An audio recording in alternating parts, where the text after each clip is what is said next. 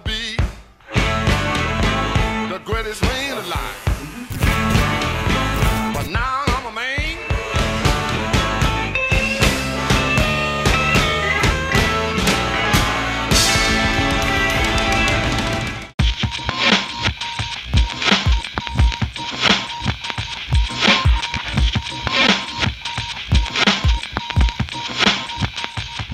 Здравейте, аз съм Борис и съм барбар в Headhunters Barbershop. За вашата визит отговаряме ние, а за вашия стайлинг отговаря District.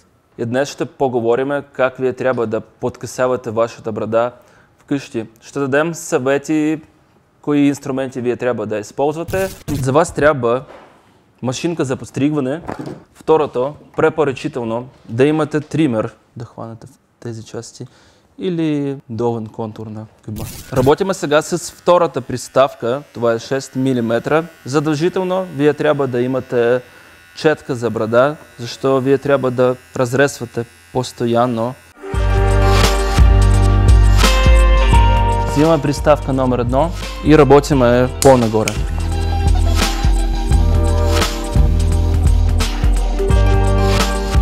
В зона на мустак работиме само с гребенче.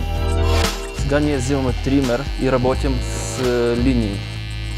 Докато работите с брада, постоянно трябва да решете.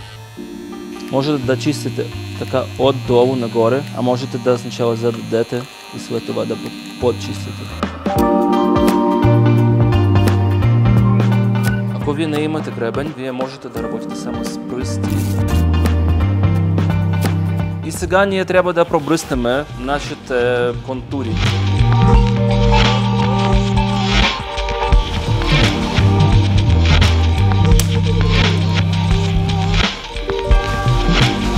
Бръснете задължително по посока на костежа.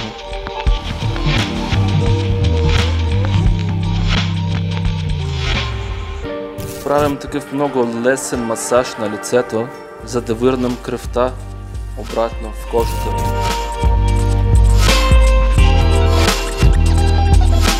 Последната стъпка – стилизиране. Слагаме продукт, в нашия случай балзам на Grey People Shave.